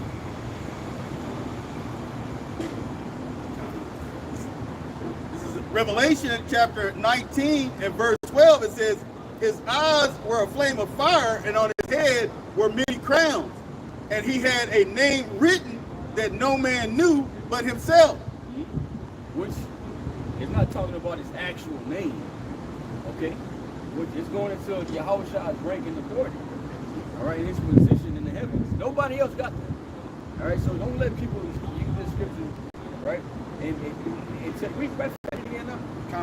This is Revelation chapter 19 and verse 12. It says, his eyes were as a flame of fire, and on his head were many crowns. And he had a name written that no man knew but he himself. Right, the people use this to say that, we don't know the name. That's not what that's talking about. All right? We will have the name in the latter days. Okay? So if y'all want to do that, cool, right? When judgment comes, let's see what happens. Go ahead. Verse 13, and he was clothed with a vesture dipped in blood, and his name is called the Word of the Most High. Right, he was clothed. Read that again. This is Revelation chapter 19 and verse 13. It says, and he was clothed with a vesture dipped in blood. Right, he was clothed with his vesture dipped in blood. Now what is that talking about? Y'all said something. You have to know something? You got it already? Okay. This is Isaiah chapter 63 and verse 1. Who is this that cometh from Edom? Right, so who is this that cometh from Edom? Right, so the focus is the Edomites. Right? The so-called white man. All right? Who is ruling today. But it says, who is this that cometh from Edom? So this person is coming, right, from an Edomite rule kingdom. Go ahead. With dyed garments from Basra. Right, dyed garments. Right, it's going to explain why I said that his garments was dyed. That is glorious in his apparel, traveling in the greatness of his strength. Right, because he's coming back. Right, and so-called uniforms, Revelation 1 and 7. All right, go ahead. I that speak in righteousness, mighty to save. Only person that can save is Yahweh Shai. So we know that's talking about him. Keep going. Wherefore art thou red in thine apparel, and thy garments like him that treadeth in the wine fat? Right, so why your garments all red like that? Right, like it says up here in Revelation 19 chapter, his flesh was dipped in blood. But Isaiah right here saying, why your garment looks like the one that treaded in the wine press? Because making the wine was a messy job back then, and you could get that all over your clothing. All right, and in the vision, this is what it looked like. Right, he's not gonna actually come back and have and look like this, but it represents something. All right, go ahead. Verse 3, I have trodden the winepress alone, and all the people and of the people, Salakia, Isaiah chapter 63 and verse 3, I have trodden the winepress alone, and of the people there was none with me. Right, because this is, when they was making the wine back then, this was a group effort. It took a group of people. All right? You actually say, no, I got it. All right? Yahweh Shai, he's going to be the leader, right, of taking this place down. Because the angels are going to follow him. All right? We're reading the same chapter, Revelation the 19th chapter. All right? But him trotting the people represents the grapes. So when you think about it, it's their blood that's going to be spilled. Right? Basically saying it's going to be a lot of bloodshed. It says, for I will tread them in mine anger, and trample them in my fury, and their blood shall be sprinkled upon my garments, and I will stain all my raiment. Right, which is just symbolic. It's going to be a lot of killing. Like it says in the book of Jeremiah, that the slain of the Lord shall be from one end of the earth to the other. All right, and rightfully so. This is what needs to happen. When you see that the pride that these people are in towards, you know, the Heavenly Father and the Son, according to Scripture. All right, how these people live their day-to-day lives, bro, they need something to happen to them. All right, this is righteous judgment. If I can add on to your point, going into Yahweh Shai treading the wine press, like the brother said, that's a job that takes more than one person. And there's a book that the Manners and Customs of the Bible. It gives a description of how people actually used to tread the wine press. It would be, you know, a numerous amount of people, and there would be like a cord above their heads to hold them up while they, you know, tread the grapes. So Yahweh Shai said he don't need nobody to help him do it. Then he said his anger and his fury was going to be the thing holding him up. So like what Shemal is saying, when the Lord makes his return, there's going to be a lot of blood shed, and really the Lord don't need help doing it. You know? That was the point. Yeah, I remember Apostle Paul said recently, he said although some of the other angels go get busy, he was like the main one who will bring the most destruction is Yahweh Shai, at the same time the angels will be saving the elect from across the world. But he highlighted Yahweh Shai will be the main one getting busy as far as destruction goes. You know? No, and that makes sense. Because what happened in the last Egypt, that angel, right? He was active. Right? The destroyer. Right? And it's going to be the same with the spiritual Egypt. It made me think of Matthew 24, how it says he goes send his angels with a sound of the trumpet, look, y'all go gather. Or you probably, you know, it's going to get busy. Hey, it's going to be a day, man. Especially he coming with power and great people. Hey, look how long he's been, it really ain't been a long time to him, for us, but he's waiting to do this. Right? Yahweh Shai is coming to show out. Right. I mean, think about it. He's coming to set up his kingdom on earth that he created. You know, I mean, think about that. He can't. He's ready. He's ready. He's ready to set shit up the way it's supposed to be. He's coming to wreak havoc. Like, you know, the Tasmanian devil. He's coming to tear it up. Because guess what? He's setting up his kingdom under the Most High on earth, on his planet where he created. Think about it, he got crucified over 2,000 years ago in the Roman Empire. Revelation 11 tries to speak about they crucified him again. How do you think the Lord feeling right now? What you got? You got your Turn me into a white man. This is the anti-Messiah nation. This is Luke chapter 12 and verse 49. This is Yahweh Shai speaking. I am come to send fire on the earth, and what will I if it be already kindled. So the Lord is ready to get down and active, like he said. He's coming to send fire on the earth. We understand through prophecy, this is the way America targeted is going to be destroyed and wiped out. But it says, what will I if it already be kindled? So how do you think it's going to be whenever Yahushua physically makes his return? There's no chance. There's no hope. The only hope is Yahushua. And if you are on his list, if you don't have that tawah, that mark of exemption, you're done. He said, this is my kingdom, my servant will fight. And even when they tried to grab him up, he said, don't you think that if I can pray to my Father, he can send me 12 legions of angels? Now, why did he have to get extra detail like that? He didn't even have to say all of that. He can say, my Father can come, help me with this. Now, he got extra detail, this extra specific, because that's what he really wanted to do. But prophecy had to be fulfilled. But he's coming back, right, the second time to do just that, right?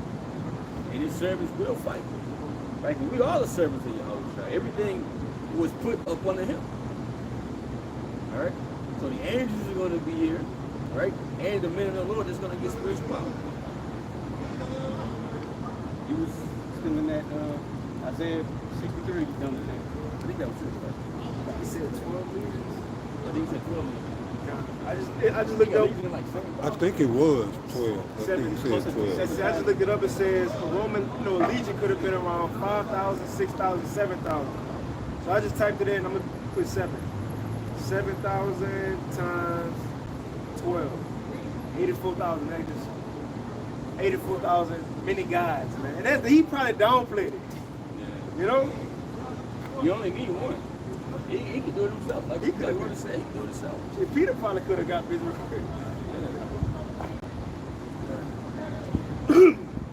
This is Revelation chapter 19 and verse 13. It says, and he was clothed with a vesture dipped in blood, and his name was called the Word of the Most High. Right, because he is the Word of the Most High.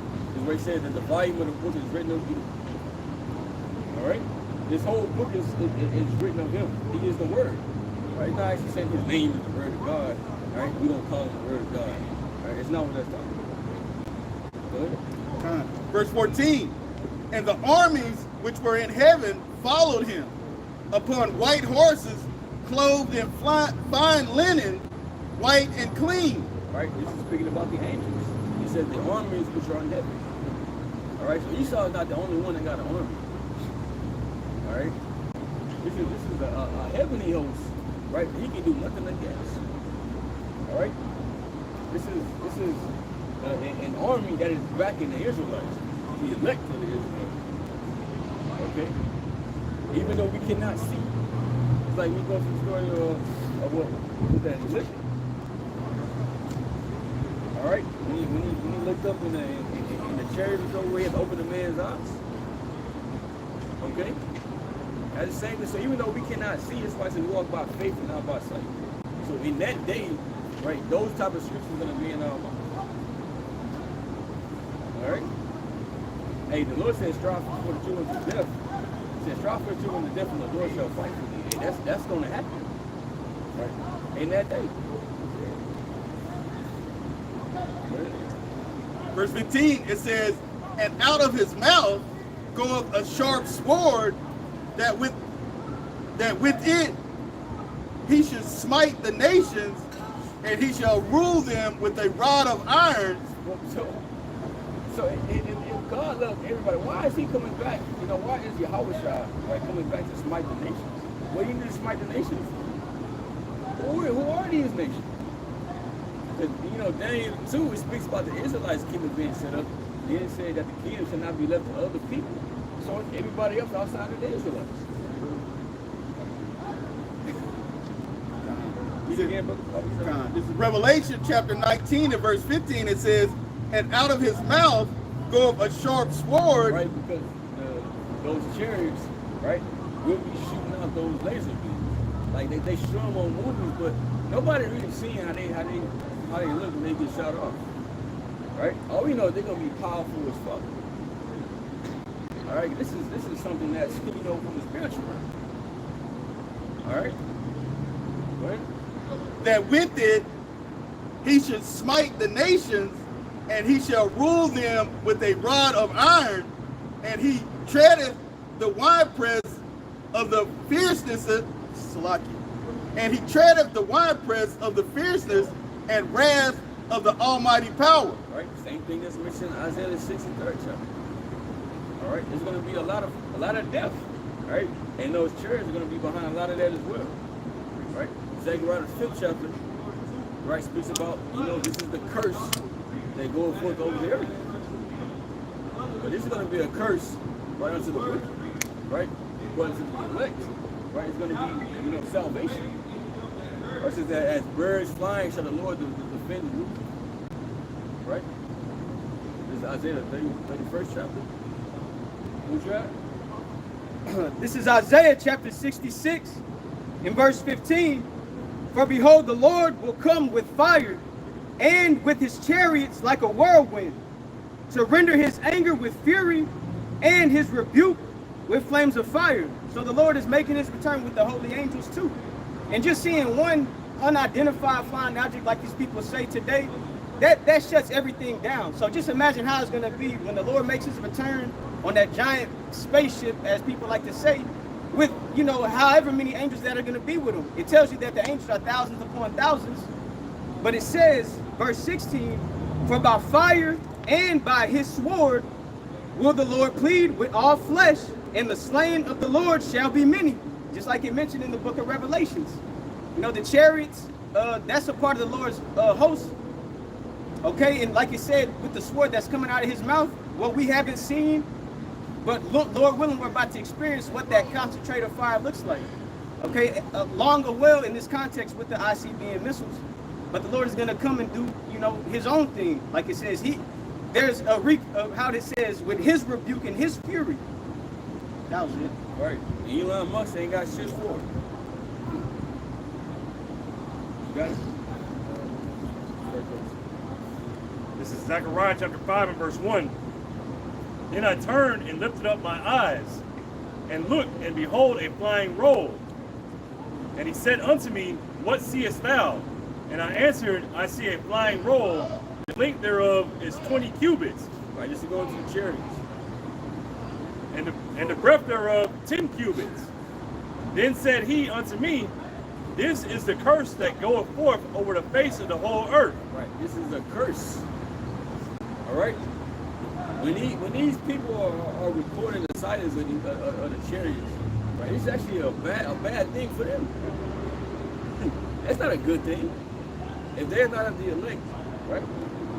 This is a bad thing for them, right? Because in the end time, this vehicle that you're seeing in the heavens is possibly going to be your hand. Okay, and you should be afraid of this. All right, but as being Israelites, right, you should know what it is, and it should be joyful unto you because of salvation. But the 2/3 is not going to have that same mindset. Okay, because those shares, like you said, it's going to be a curse unto the wicked, but for the elect, that's what's going to gather, right, the elect. All right, like the brother quoted in Matthew the 24th chapter. That's the only way to get out of Babylon the Great. All right, that's going to be the only way to escape the ICBM missile. All right, through Yahweh. This is the curse that goeth forth over the face of the whole earth. For everyone that stealeth shall be cut off as on this side, according to it, and everyone that sweareth shall be cut off as on that side, according to it. I will bring forth, save Yahweh Shemi Shai, Lord of hosts, and it shall enter into the house of the thief. It shall enter into the house of the thief. Now, who do you think that's talking about? That's talking about Yisrael. What's that, what, John 10:10? Or the thief coming not but to steal, right? Kill. Okay, all these things. It's him. This is all that he's been doing. What do you think ruling by the sword means? He's been ruling in violence. All right? So the violence is coming to him. Right back here. Revelation 18 and 18.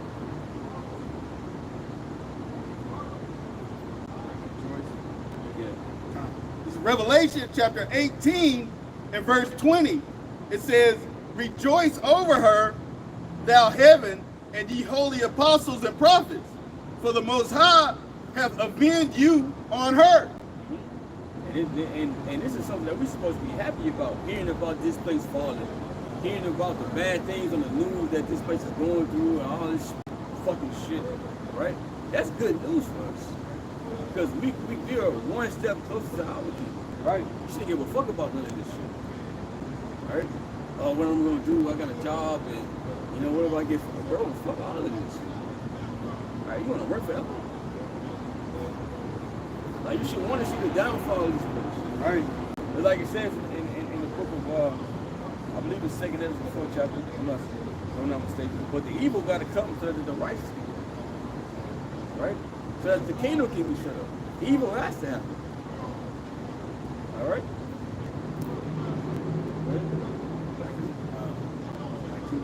Hold on, who was it? Oh, no.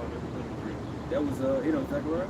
No. I got the Zechariah chapter 5 and verse 4. I will bring it forth, saith Yahweh Ba'ashem Yahushai of hosts, and it shall enter into the house of the thief, and into the house of him that sweareth falsely by my name. And it shall remain in the midst of his house, and shall consume it with the timber thereof and the stones thereof. It said it shall consume it.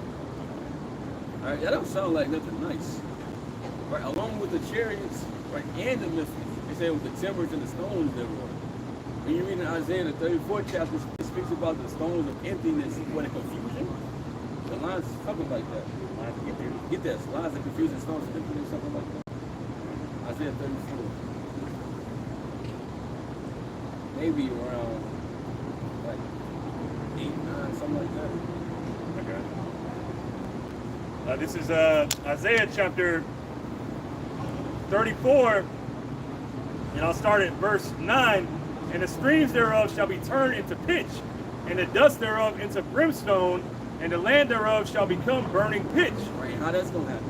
Through the nuclear missile. That's why it says in Isaiah 13th chapter, and many other scriptures, that the destruction of Babylon the Great is going to be likened unto Sodom and Gomorrah. Okay? Revelation the 11th chapter said this is spiritually Sodom. Okay?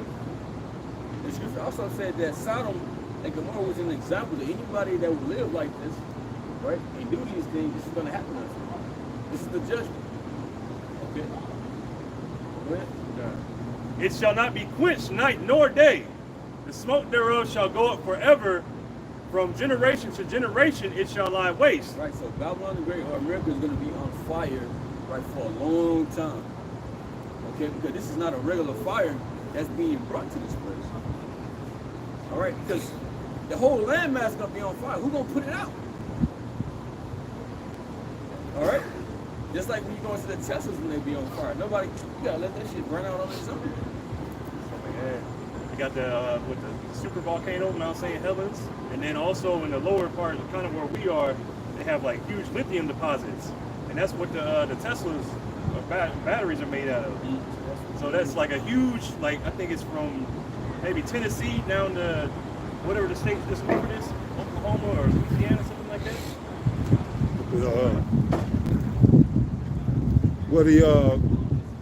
The hurricane North Carolina and all in Tennessee all up there. Like it covers area. a few states. Yeah. They say it's the top quality lithium in the earth. You got other things that's going to ignite that fire. Think about all the oil that's in the water too. That's, you know, the oil, the water will be dried up. Think about all the chemicals in water. I mean, the oil that's in the water. Think about all these power plants, pipelines, you know, electricity. As soon as fire touch that thing, pow, pow. You got volcanoes. What it is, Yellowstone Park. Right. You know? Yeah, man. So there's gonna be a lot of things that naturally ignite itself within a fire that's gonna be sent from the Lord and the church of missiles. I read about Isaiah 9, it said these people shall be fueled for the fire. There's gonna be a lot of things that's gonna be fueled for the fire that's coming.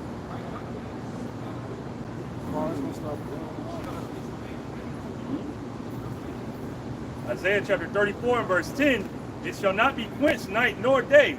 The smoke thereof shall go up forever. From generation to generation it shall lie waste. none shall pass through it Right, from forever. generation to generation shall thou wisdom. So Esau is never going to build a kingdom back up again. He's never going to be come back into power. That's why Isaiah 47, when he started off with, right, he said there is no throne. Right? We read in Malachi the fourth chapter, right? They said that the day that burns is the oven, basically he's going to destroy, the wicked, and he shall neither leave them root nor branch. When you take out the root, they cannot grow anymore. So Esau is going to be completely put out. Right? This is last hoorah, so all right? That's why he said he knew that he had but a short time. All right? After this, there is nothing written of him coming back into power by having another rulership. All right? This is it. This is our last captivity. None shall pass through it forever and ever. But the cormorant and the bittern shall possess it. The owl also and the raven shall dwell in it, and he shall stretch out upon it the line of confusion and the stones of emptiness. Right? It's only going to be creatures that are able to live in the conditions that this landmass will be in after this is destroyed by the nuclear fire. All right? And all of these so-called buildings and monuments that they adore so much, all of that shit's going to be destroyed. Right? Fucking statues of men that have done atrocities to our people. All right? All that shit's going to be out the window. Right?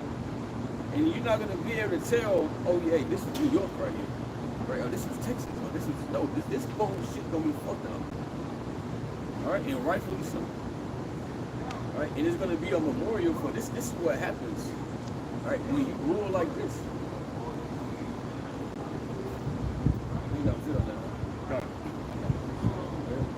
This is Amos chapter 1 and verse 11.